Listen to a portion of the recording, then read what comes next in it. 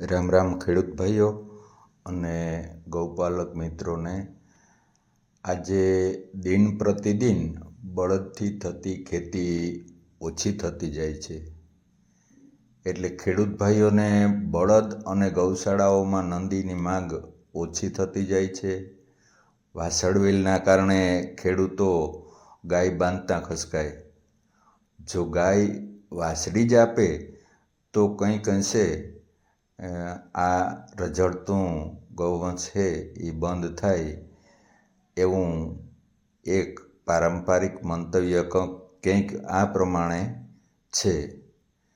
જે પખવાડિયામાં અંધારિયા હોય અને ગાય ખૂટ આવે એટલે 5મી 7મી કે 9મી તિથિમાં ગાયની નંદીએ ઘરે મૂકવી જોઈએ અથવા સારી ઓલાદનું બીજદાન અપાવવું જોઈએ।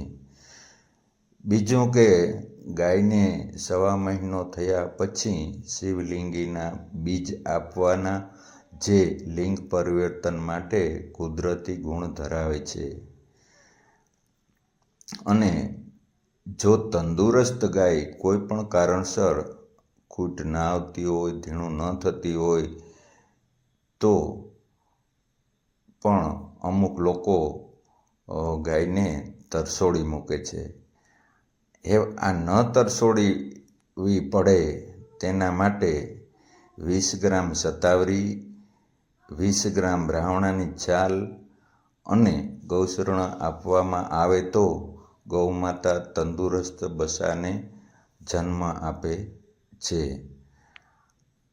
અને ગાયને સૂર્યસ્વર હાલતો હોય અને નંદીને ચંદ્રસ્વર હાલતો હોય તે સંયોગને વાછડી માટેનો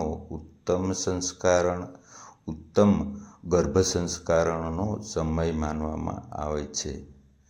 ગૌપાલક મિત્રો અને ખેડૂત ભાઈઓ, આપને આ મંતવ્ય સારું લાગે તો બીજા ગૌપાલક અને ખેડૂત ભાઈઓ સુધી પહોંચાડવા વિનંતી સાથે। જય શ્રી કૃષ્ણ, રામ રામ, સીતારામ।